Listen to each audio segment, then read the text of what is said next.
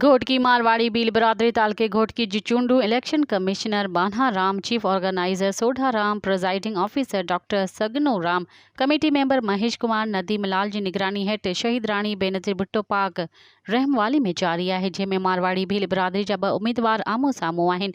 जंहिं मौजूं मुखी शंकर लाल, जंहिंजो चूंड निशान गऊं, ऐं मुखी चनेसर, जंहिंजो चूंड निशान बब्बर शेर है। बिन्हीं उम्मीदवारनि विच में सख्त मुक़ाबलो जारी है। मारवाड़ी भील बिरादरी जा हज़ारे माण्हू पंहिंजो वोट कास्ट करे रहिया आहिनि।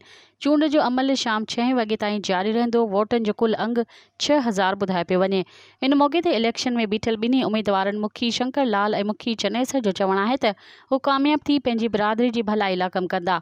इन मौक़े ते पीपी जे ज़िले general secretary, focal person, municipal committee Sikandar Ali लाखो, काउंसलर असदुल्ला लाखो इलेक्शन कैंप ते पहुची चूंड अमल जो जाइज़ो वरितो। बिन्हीं उम्मीदवारनि सां मुलाक़ात कई। इन मौक़े ते बिन्हीं उम्मीदवारनि म्यूनिसिपल कमेटी जे चेयरमैन जाम आसिफ रज़ा ख़ान धारे जो जी शहीद राणी बेनज़ीर भुट्टो पाक रहमवाली में इलेक्शन जी इजाज़त ॾियण ते शुक्रिया अदा कयो। मज़ीद ख़बरनि ऐं तफ़सीलात लाइ विज़िट कयो असांजी वेबसाइट www.awamiNewsHD.com ऐं ॾिसंदा रहो अवामी न्यूज़ HD।